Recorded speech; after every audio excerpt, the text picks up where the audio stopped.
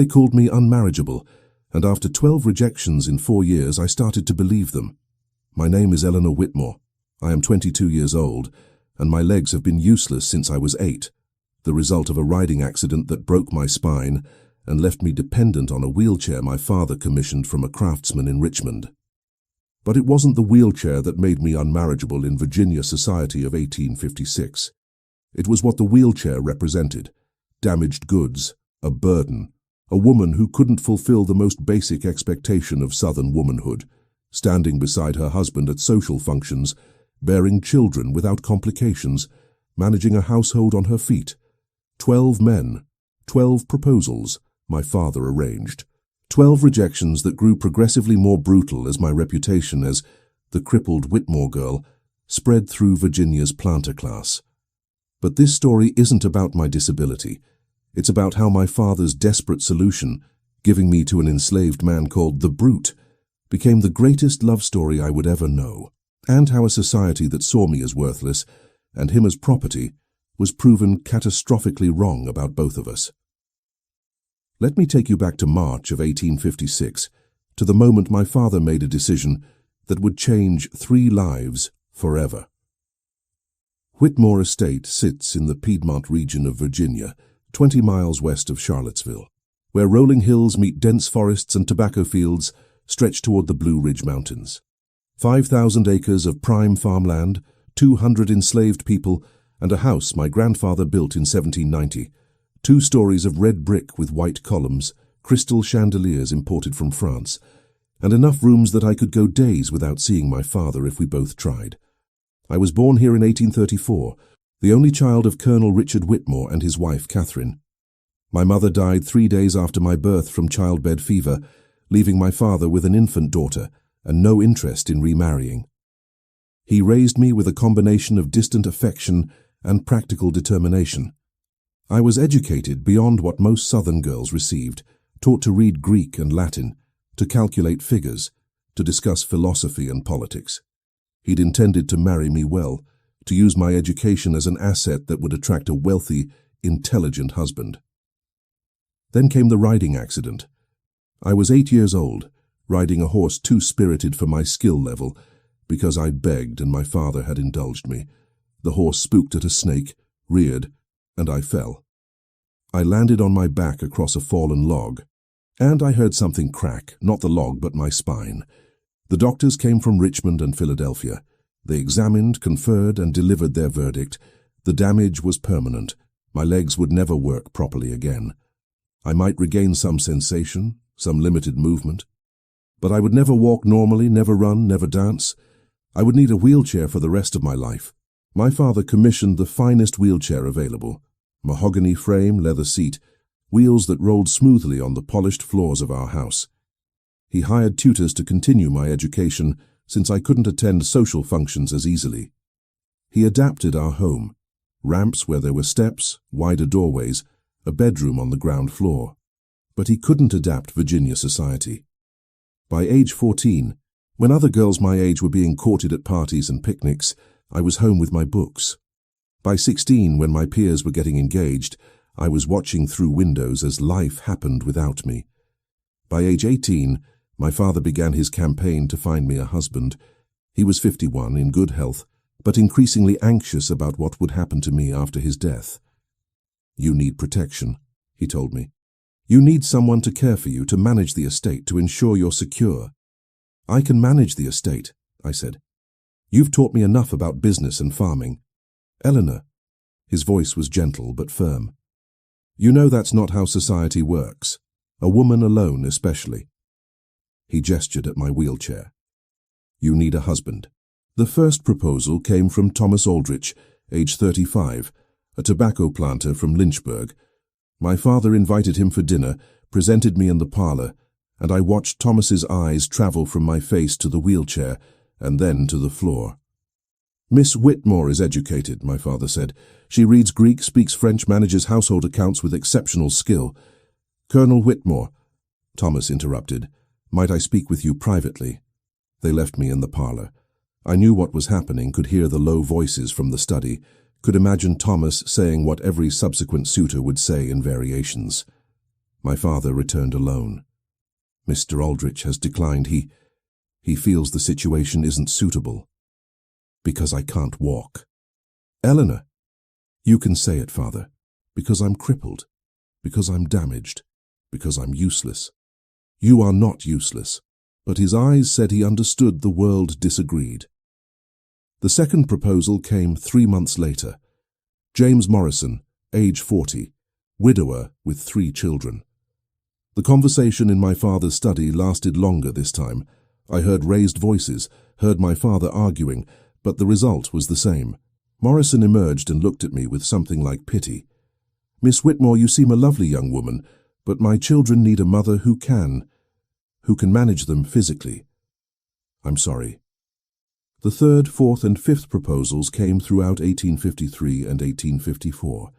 Each rejection had its own flavor of cruelty. I need a wife who can stand beside me at social functions, not sit while others stand. The wedding would be embarrassing. How would she process down the aisle? I've heard she can't have children. What's the point of marriage? That last rumor was particularly insidious. Some doctor had speculated, without examining me, that my spinal injury might affect my ability to bear children. The rumor spread like wildfire through Virginia society, and suddenly I wasn't just disabled. I was also infertile. I tried to correct it. The doctors in Philadelphia said my reproductive system is fine, that the injury doesn't affect, but reputations don't care about facts. Once labeled unable to bear children, I might as well have been labeled plague carrier. By 1855, my father's attempts had become desperate. He approached men from other states, North Carolina, Maryland, Kentucky. He lowered his standards for wealth and social standing. He offered increasingly generous dowries. The answer was always no. Rejection 9 came in January 1856 from a man named William Foster, who my father had met through business connections. Foster was 50 years old, portly, twice widowed, with a reputation for drinking. My father was offering him $5, shares and a third of our estate's annual profits. Foster toured our property, met with my father's lawyer, examined the financial arrangements. Then he met me. "Can you sew?" he asked. "No, sir. My hands have limited dexterity." "Can you cook?" "I've never learned. We have kitchen staff." "Can you manage servants?" "I can direct household operations from my chair." He turned to my father. "Colonel, your daughter is charming, but I need a wife who can perform wifely duties. This situation is untenable." After Foster left, I found my father in his study, staring at the wall, a glass of bourbon in his hand.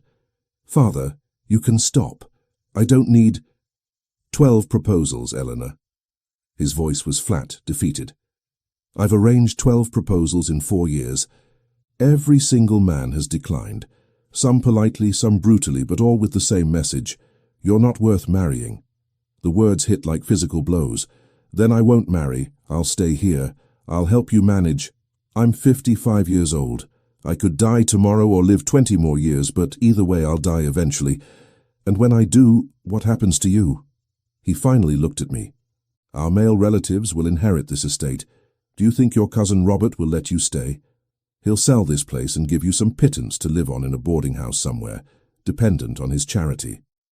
"Then leave me the estate in your will." "I can't. Virginia law doesn't allow it. Women can't inherit property independently, especially not unmarried women, and especially not." He gestured at my wheelchair, unable or unwilling to finish the sentence. I felt tears burning but refused to cry. "Then what do you suggest?" He took a long drink. "I don't know, but I have to figure something out, because I will not leave you unprotected." That was in February 1856. 4 weeks later, my father called me to his study and told me about his solution, a solution so radical, so shocking, so completely outside social norms that I was certain I'd misheard him. "I'm giving you to Josiah," he said. "He'll be your husband." I stared at him. "Josiah, the blacksmith?" "Yes." "The enslaved blacksmith?" "Yes." "Father, you cannot be serious." "I'm completely serious." He stood and paced, the way he did when making difficult decisions. "Eleanor, no white man will marry you. That's the reality we face. But you need protection. You need someone strong enough to carry you, capable enough to manage physical tasks you can't do, loyal enough to care for you when I'm gone. And you think an enslaved man? Josiah is the strongest man on this estate. He's intelligent, healthy, and by all accounts gentle despite his size. He'll protect you. He'll provide for you. And he won't abandon you because he's bound to you by law. The logic was horrifying. Father, this is not how... I know it's unconventional. I know society will condemn it. But society has already condemned you, Eleanor. 12 men looked at you and decided you weren't worth marrying. So I'm done caring what society thinks. I'm arranging protection for my daughter using the resources available to me. You're treating me like property, giving me to a slave as if I'm furniture. I'm ensuring you survive. His voice rose, then fell. Eleanor, I've spent 4 years trying to find you a husband through proper channels. It's failed, so now I'm trying something else. If it makes you feel better, I'll tell you this. I've observed Josiah for years. He's never been violent. He's never been cruel. He reads. Yes, I know he's not supposed to, but I've seen him. He's smart and capable and everything you need in a protector. I tried to process this. My father wanted me to marry, or whatever passed for marriage when one party was enslaved, a man I'd barely spoken to, a man society called property, a man known as the Brute because of his immense size. Have you asked Josiah? Not yet, I wanted to tell you first. And if I refuse? My father's face was ancient, exhausted. Then I'll keep trying to find a white husband, and we'll both know I'm going to fail and you'll spend your life in boarding houses after I die, dependent on relatives who don't want you. It was the bleakest possible presentation of my future. And as much as I wanted to rage against it, to insist there had to be another way, I couldn't argue with his logic. No white man wanted me. Society had declared me unmarriageable. My options were accept my father's radical solution or face a future of dependency and vulnerability. Can I meet him first? Actually talk to him? Of course. I'll arrange it tomorrow. That night, I lay in my bed and tried to imagine my future. I'd heard about Josiah. Everyone on the estate knew about the Brute. He was enormous, over 7 feet tall, with shoulders like a bull and hands that could bend iron. He worked in the blacksmith shop, making horseshoes and tools and equipment. People were afraid of him. Enslaved people gave him space. White visitors commented on his size with a mixture of fascination and fear. And my father wanted me to marry him. I tried to imagine it. Tried to imagine living with a man I didn't know, a man society considered property, a man who looked like he could break me in half without effort. I tried to imagine him as a husband, as a protector, as the person who would carry me through life after my father died. And I couldn't. I couldn't see past the fear, past the strangeness, past the absolute impossibility of this plan. But as dawn approached and sleep eluded me, one thought crystallized. If I had to choose between a future dependent on relatives who viewed me as a burden, or a future with a man my father trusted to protect me, maybe the radical solution was the only solution. Tomorrow I would meet Josiah, and we would both discover whether my father's desperate plan had any chance of working. They brought Josiah to the house the next morning, and my first thought was, "Dear God, he's impossibly large." I was in the parlor, positioned by the window in my wheelchair, when I heard heavy footsteps in the hall. My father entered first, followed by a figure that had to actually duck, to fit through the doorway. Josiah was 7 feet tall if he was an inch, with shoulders that barely cleared the doorframe's width. He weighed at least 300 pounds, all of it muscle from years of blacksmith work.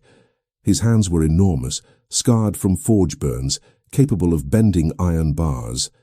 His face was dark, weathered with a thick beard and eyes that darted nervously around the room, never settling on me. He wore work clothes, rough cotton shirt and pants, both strained by his size.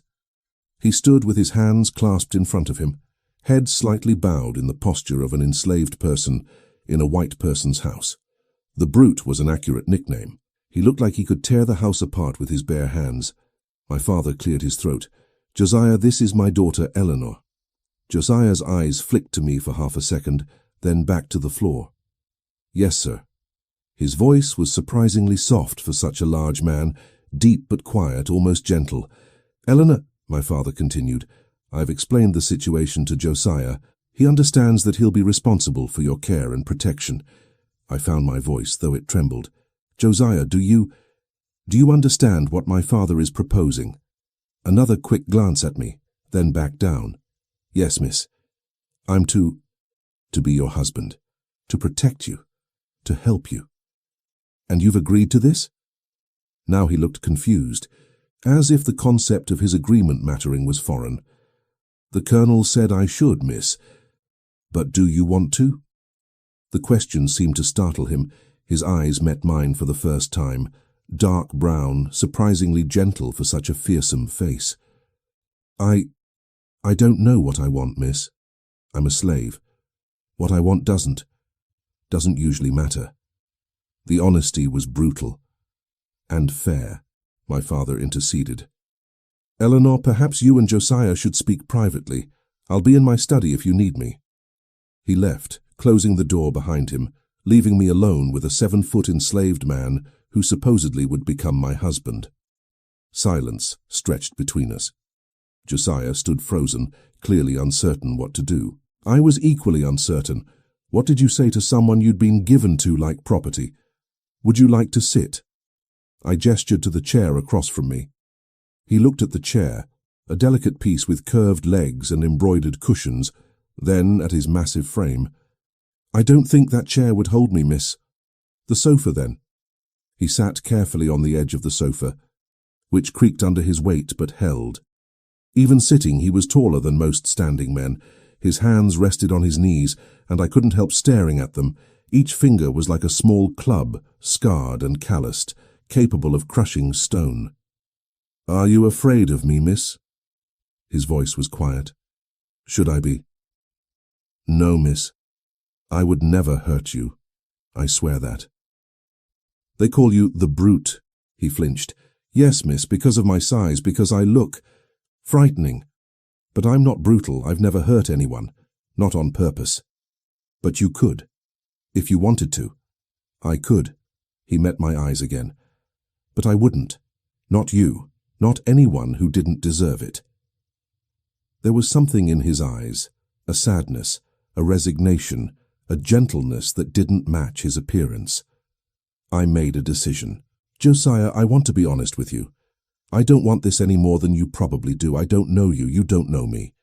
My father is arranging this because he's desperate and I'm unmarriageable, and he thinks you're the only solution. But if we're going to do this, if we're going to live together, work together, whatever this arrangement becomes, I need to know. Are you dangerous? No, miss. Are you cruel? No, miss. Are you going to hurt me? Never, miss. I promise on everything I hold sacred, I will never hurt you. The earnestness in his voice was undeniable. He believed what he was saying. Then I have another question. Can you read? The question clearly surprised him.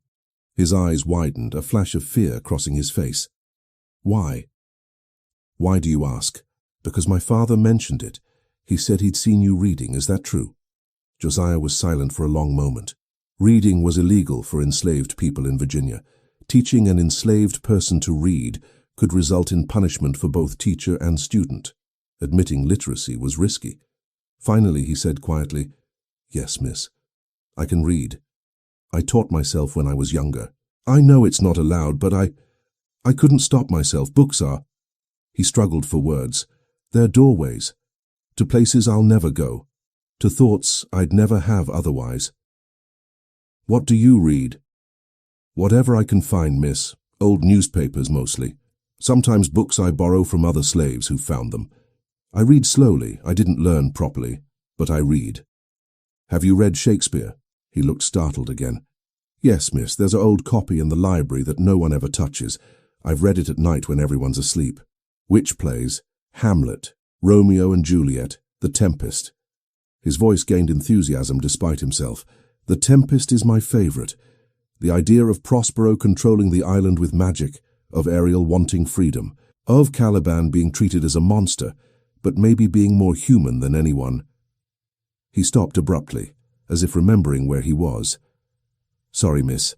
I'm talking too much. No. I was smiling, genuinely smiling for the first time in this bizarre conversation. Keep talking. Tell me about Caliban. And something extraordinary happened. Josiah, the massive enslaved man called the Brute, began discussing Shakespeare with intelligence and insight that would have impressed university professors. Caliban is called a monster, but Shakespeare shows us he's been enslaved, his island stolen, his mother's magic dismissed as witchcraft. Prospero calls him savage, but Prospero is the one who came to the island and claimed ownership of everything, including Caliban himself. So who's really the monster? I was fascinated. You see Caliban as sympathetic. I see Caliban as human, treated as less than human, but human nonetheless. Like... He trailed off. Like enslaved people, I finished. Yes, miss. We talked for 2 hours. About Shakespeare, about books, about philosophy and ideas. Josiah was largely self-educated, his knowledge patchy and informal, but his mind was sharp and his hunger for knowledge obvious, and as we talked my fear began to dissolve. This man wasn't a brute. He was intelligent, gentle, thoughtful, trapped in a body that society looked at and saw only a monster. Finally, as the conversation wound down, I said, Josiah, if we do this, if we become whatever my father wants us to become, I want you to know something. I don't think you're a brute. I don't think you're a monster. I think you're a person who's been forced into an impossible situation, just like me. His eyes were suddenly wet. Thank you, miss. Call me Eleanor. When we're alone, call me Eleanor. I shouldn't, miss. That wouldn't be proper. Nothing about this situation is proper. If we're going to be husband and wife, or whatever this arrangement is, you should use my name. He nodded slowly. Eleanor. My name in his deep, gentle voice sounded like music. Then you should know something too. I don't think you're unmarriageable. I think the men who rejected you were fools. Any man who can't see past a wheelchair to the person inside doesn't deserve you. It was the kindest thing anyone had said to me in 4 years. Will you do this, Josiah? Will you agree to my father's plan? Yes. No hesitation. I'll protect you. I'll care for you. And I'll try. I'll try to be worthy of you. And I'll try to make this bearable for both of us. We sealed the agreement with a handshake, his enormous hand swallowing mine, warm and surprisingly gentle. My father's radical solution suddenly seemed less impossible. If you're moved by Eleanor and Josiah's story and want to see where this unprecedented relationship leads, leave a comment telling us where you're watching from and hit that subscribe button so you don't miss the rest of this incredible journey of two people. Society discarded, finding unexpected love. Now let's continue. The arrangement began formally on April 1st, 1856. My father held a small ceremony, not a wedding in the legal sense, since enslaved people couldn't legally marry, and certainly not a wedding that white society would recognize between a white woman and a black man. But he gathered the household staff, read some Bible verses, and announced that Josiah was now responsible for Eleanor's care and protection. He speaks with my authority regarding Eleanor's welfare, my father told the assembled enslaved people and white overseers. Treat him with the respect that position deserves. A room was prepared for Josiah adjacent to mine, connected by a door but separate, maintaining some pretense of propriety. He moved his few belongings from the slave quarters, some clothes, a few books he'd secretly accumulated, tools from the forge. The first weeks were awkward.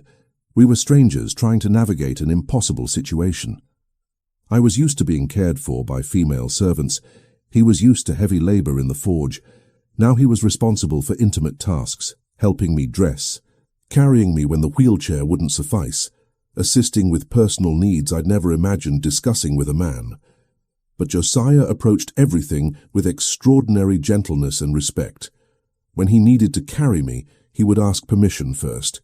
When helping me dress, he would avert his eyes whenever possible. When I needed assistance with private matters, he would maintain my dignity even when the situation was inherently undignified. I know this is uncomfortable, I told him, after a particularly awkward morning. I know you didn't choose this. Neither did you. He was reorganizing my bookshelf.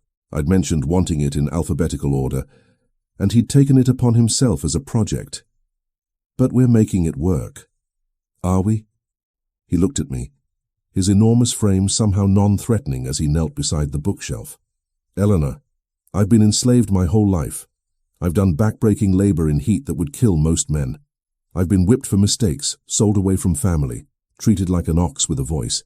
This," he gestured around the comfortable room, "living here, caring for someone who treats me like a human being, having access to books and conversation, this is not hardship.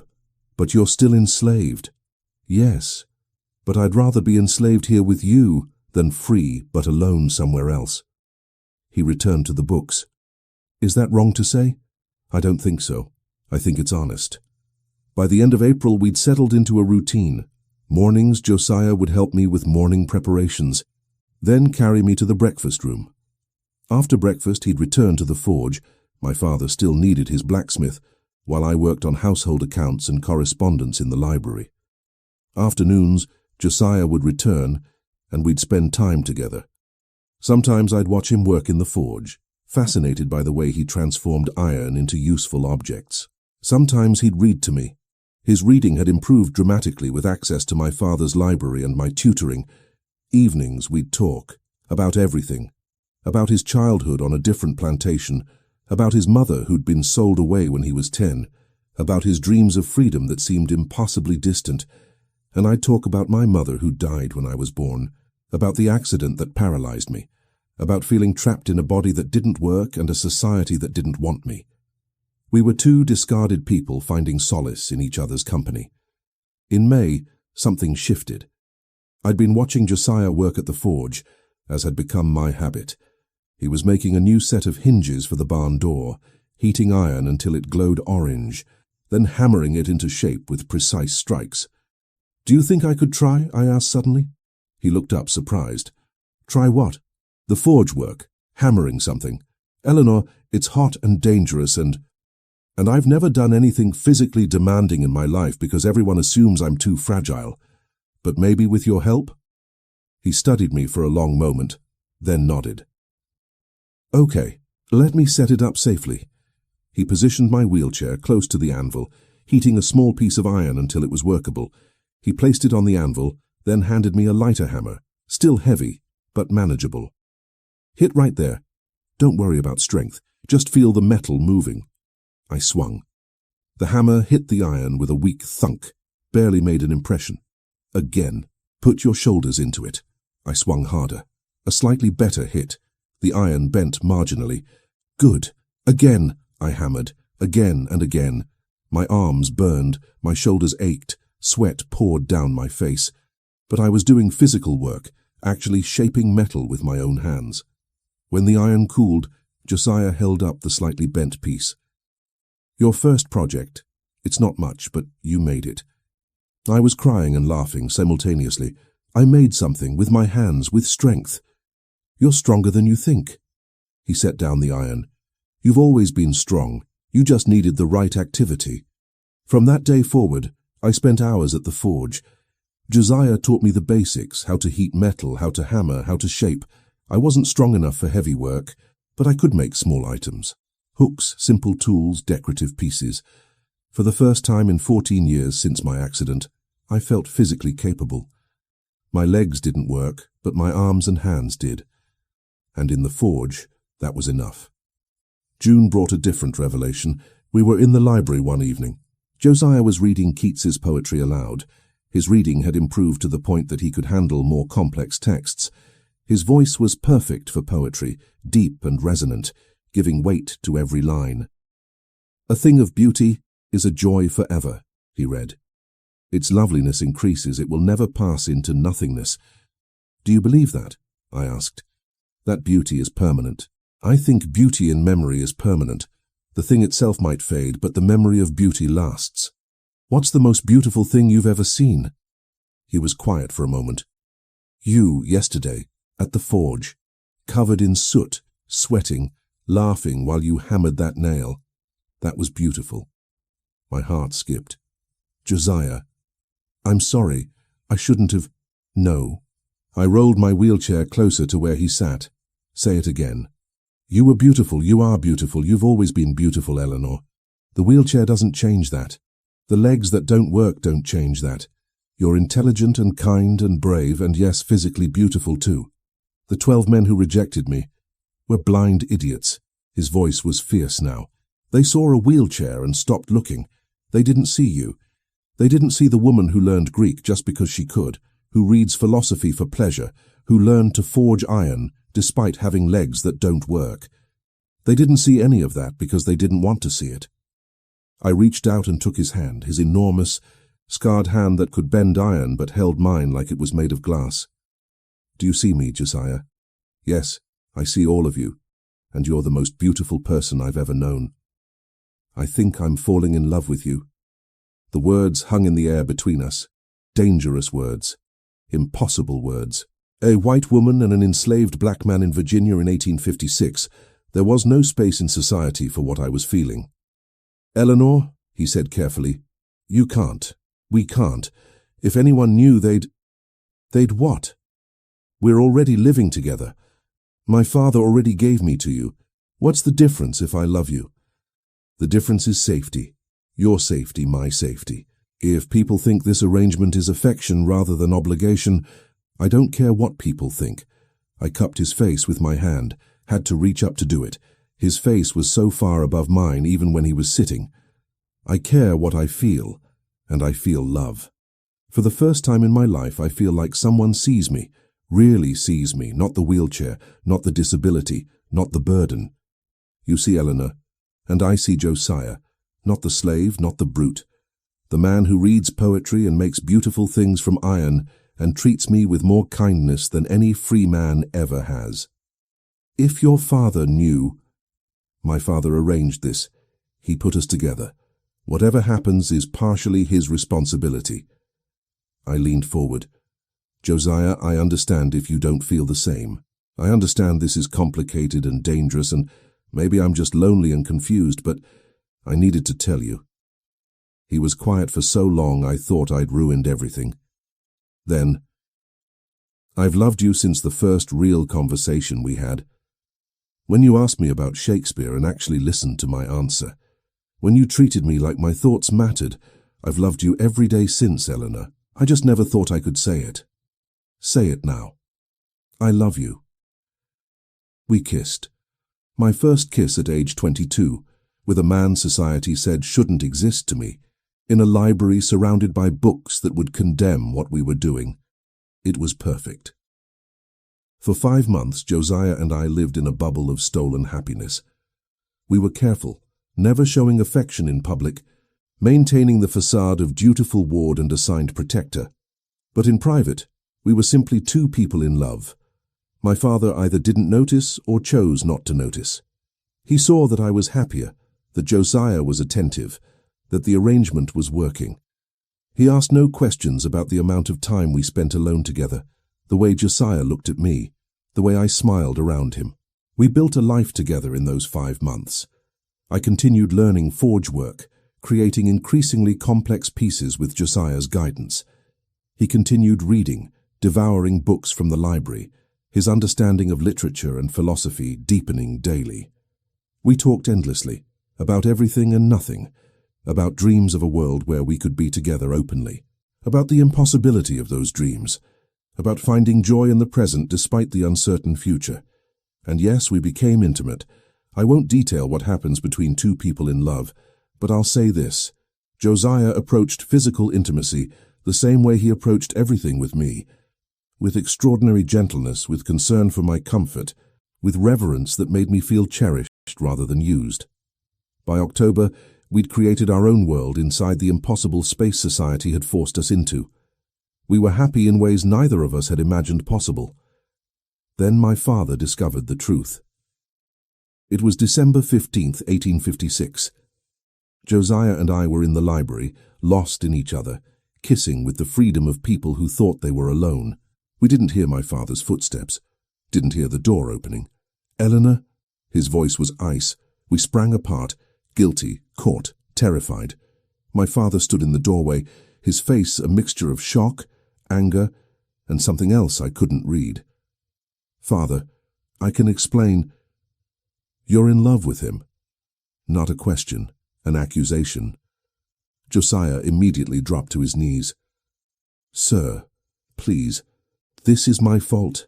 I should never have— Be quiet, Josiah. My father's voice was dangerously calm. He looked at me. Eleanor, is this true? Are you in love with this slave? I could have lied, could have claimed Josiah forced himself on me, that I was a victim. It would have saved me and condemned Josiah to torture and death. I couldn't do it. Yes, I love him, and he loves me. And before you threaten him, know that this was mutual. I initiated our first kiss. I pursued this relationship. If you're going to punish someone, punish me.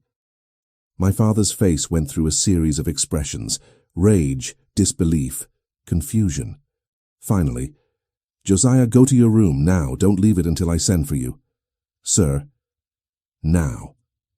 Josiah left, casting one anguished look back at me. The door closed, leaving me alone with my father. Do you understand what you've done? He asked quietly. I've fallen in love with a good man who treats me with respect and kindness. You've fallen in love with property, with a slave. Eleanor, if this becomes known, you'll be ruined beyond redemption. They'll say you're mad, defective, perverted. They already say I'm damaged and unmarriageable. What's the difference? The difference is protection. I gave you to Josiah to protect you, not for this. Then you shouldn't have put us together. You shouldn't have given me to someone intelligent and kind and gentle if you didn't want me to fall in love with him. We were both shouting now, years of frustration pouring out.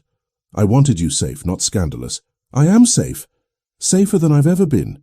Josiah would die before letting anyone hurt me. And what happens when I die?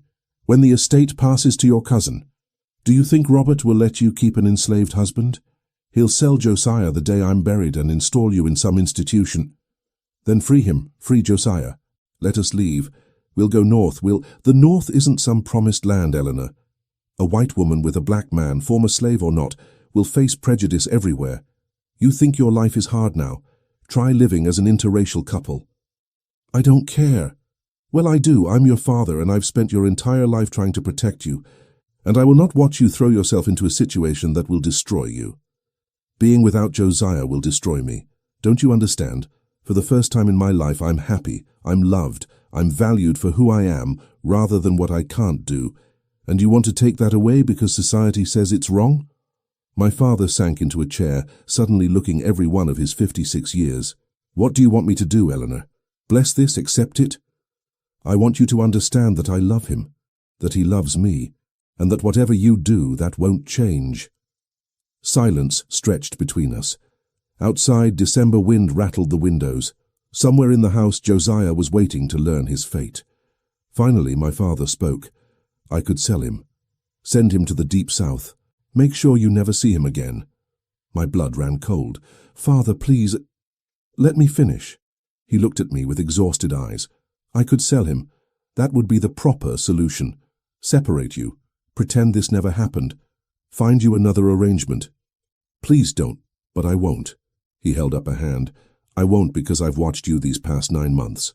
I've seen you smile more in 9 months with Josiah than in the previous 14 years. I've seen you become confident, capable, happy.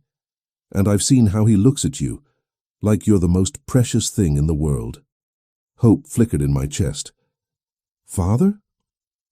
I don't understand this. I don't like it. It goes against everything I was raised to believe, but— He rubbed his face. But you're right. I put you together. I created this situation. And denying that you'd form a genuine bond was naive. So what are you saying? I'm saying I need time to think, to figure out a solution that doesn't end with either of you miserable or destroyed. He stood. But Eleanor, you need to understand, if this relationship continues, there's no place for it in Virginia, in the South, maybe not anywhere. Are you prepared for that reality? If it means being with Josiah, yes. He nodded slowly. Then I'll find a way. I don't know what yet, but I'll find a way. He left me in the library, my heart pounding, hope and fear warring inside me. Josiah was summoned back an hour later. We told him what my father had said, and he collapsed into a chair, overwhelmed. He's not going to sell me. He's not going to sell you. He's going to help us? He said he'd try to find a solution. Josiah put his head in his hands and cried, deep, shaking sobs of relief and disbelief. I held him as best I could from my wheelchair, and we clung to the fragile hope that maybe, somehow, my father would make the impossible possible.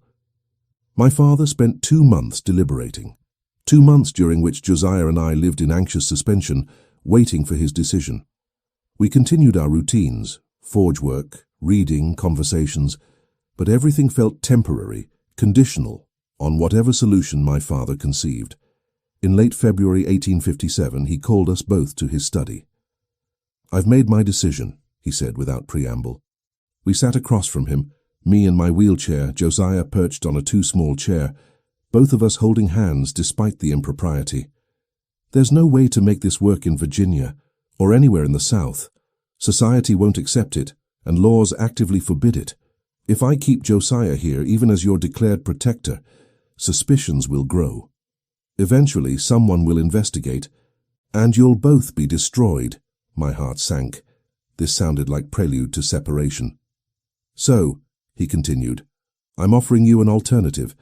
Josiah, I'm going to free you, legally, formally, with documents that will stand up in any northern court. Eleanor, I'm going to give you $5,000, enough to establish a new life. And I'm going to provide letters of introduction to abolitionist contacts in Philadelphia who can help you settle there." I couldn't breathe. You're freeing him?" "Yes." "And letting us go north? Together?" "Yes."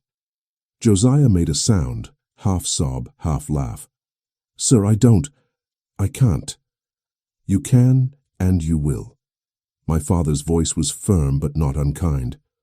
"Josiah, you've protected my daughter better than any white man would have. You've made her happy. You've given her confidence and capability I thought she'd lost forever. In return, I'm giving you your freedom and the woman you love." "Father," I whispered, tears streaming, "thank you." "Don't thank me yet. This won't be easy. Philadelphia has abolitionist communities that will accept you, but you'll still face prejudice. Eleanor, as a white woman married to a black man, yes, married, I'm arranging for a proper legal marriage before you leave, you'll be ostracized by many. You'll struggle financially, socially, maybe physically. Are you certain you want this? More certain than I've ever been about anything. Josiah?" Josiah's voice was thick with emotion. "Sir, I'll spend the rest of my life making sure Eleanor never regrets this. I'll protect her, provide for her, love her, I swear it." My father nodded. "Then we proceed. The paperwork for your freedom will take a week. I've already contacted a minister in Richmond who'll perform the marriage ceremony. He's sympathetic to abolitionist causes and won't ask too many questions. You'll leave Virginia as husband and wife, both legally free with money and connections to start fresh." The next week was a whirlwind.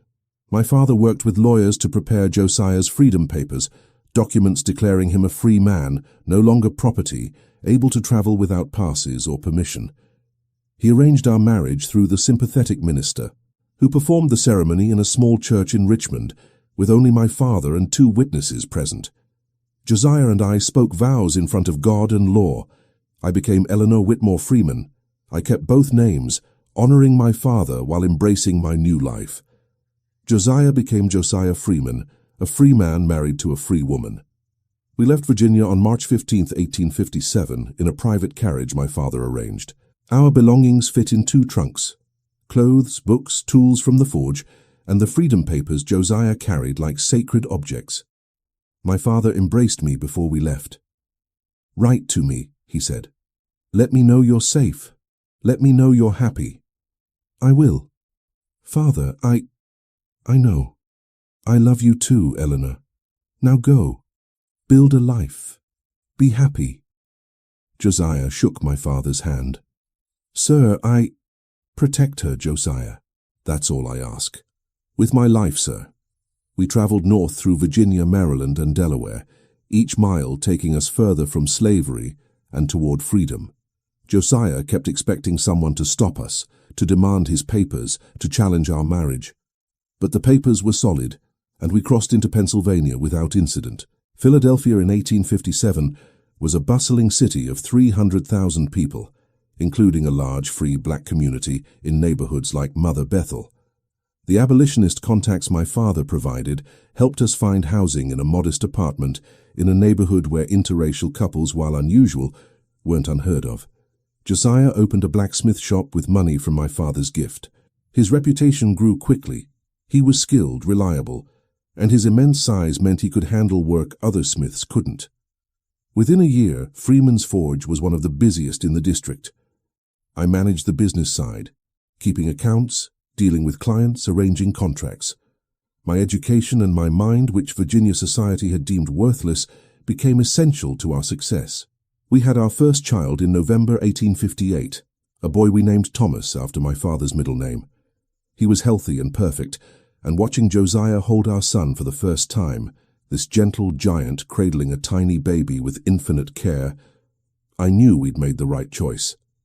4 more children followed: William in 1860, Margaret in 1863, James in 1865, and Elizabeth in 1868. We raised them in freedom, taught them to be proud of both their heritages, sent them to schools that accepted black children.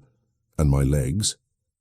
In 1865, Josiah designed an orthopedic device, metal braces that attached to my legs and connected to a support around my waist. With these braces and crutches, I could stand, could walk, awkwardly but genuinely. For the first time since I was 8 years old, I walked. "You gave me so much," I told Josiah that day, standing in our home with tears streaming down my face. "You gave me love and confidence and children, and now you've literally made me walk." "You always walked, Eleanor." He steadied me as I took shaky steps. "I just gave you different tools." My father visited twice, in 1862 and 1869. He met his grandchildren, saw our home, our business, our life. He saw that we were happy, that his radical solution had worked beyond anyone's expectations. He died in 1870, leaving his estate to my cousin Robert as Virginia law required, but he left me a letter. "My dearest Eleanor, by the time you read this, I'll be gone. I want you to know, giving you to Josiah was the smartest decision I ever made.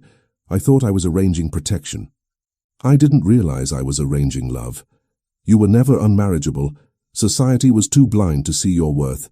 Thank God Josiah wasn't. Live well, my daughter. Be happy. You deserve it. Love, Father." Josiah and I lived together in Philadelphia for 38 years.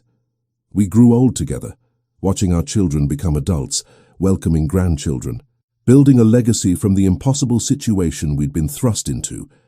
I died on March 15, 1895, 38 years to the day after we'd left Virginia. Pneumonia took me quickly. My last words to Josiah, spoken as he held my hand: "Thank you for seeing me, for loving me, for making me whole." Josiah died the next day, March 16, 1895. The doctor said his heart simply stopped, but our children knew the truth. He couldn't live without me, the way I couldn't have lived without him. We're buried together in Eden Cemetery in Philadelphia, under a shared headstone that reads, "Eleanor and Josiah Freeman, married 1857, died 1895. Love that defied impossibility." Our 5 children all lived successful lives. Thomas became a physician. William became a lawyer who fought for civil rights. Margaret became a teacher who educated thousands of black children. James became an engineer who designed buildings across Philadelphia. Elizabeth became a writer.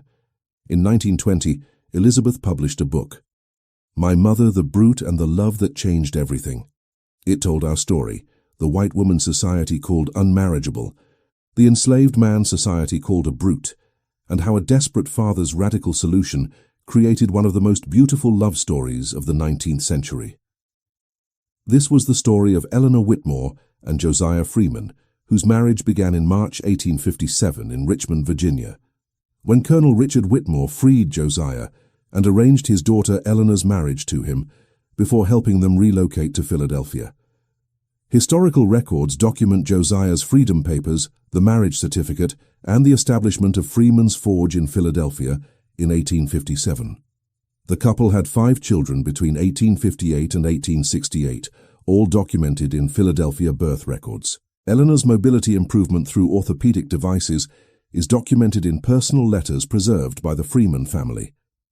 Both died in March 1895, within 1 day of each other, and are buried in Eden Cemetery in Philadelphia. Their daughter Elizabeth Freeman published Against All Odds, the Eleanor and Josiah Freeman story in 1920, which became a significant historical document about interracial marriage and disability in the 19th century. The Freeman family of Philadelphia maintained detailed family records, including Colonel Whitmore's letters and Josiah's Freedom Papers, which were donated to the Historical Society of Pennsylvania in 1965. The story has been studied as an example of both disability rights history and interracial relationship history during the slavery era. The story of Eleanor and Josiah Freeman is one of the most beautiful and radical love stories from the slavery era, a tale of two people society discarded, a desperate father's unprecedented solution, and a love that proved everyone wrong about what was possible. Eleanor was deemed unmarriageable because of her disability. 12 men rejected her before her father made the extraordinary decision to give her to an enslaved man.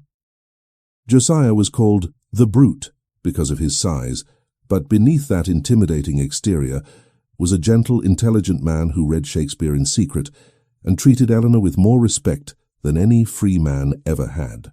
Their story challenges everything.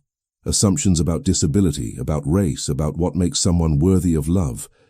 Eleanor wasn't broken because her legs didn't work. She was brilliant, capable, and strong.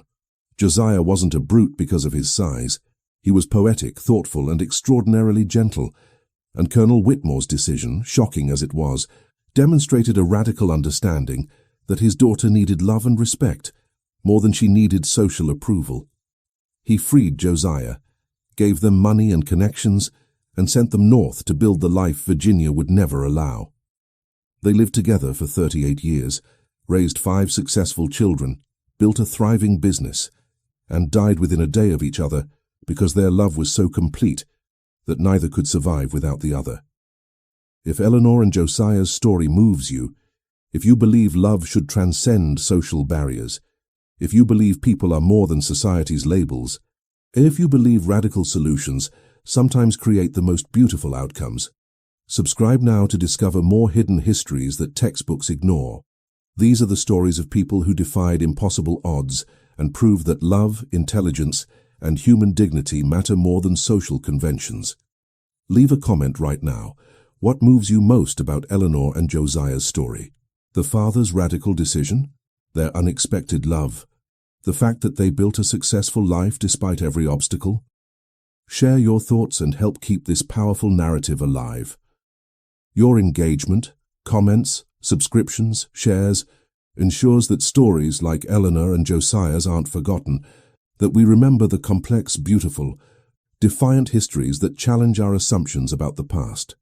Subscribe now and join us in preserving these essential narratives of love against impossible odds. Hit subscribe, leave your comment, and prepare for more stories that prove love and human dignity can triumph even in the darkest times.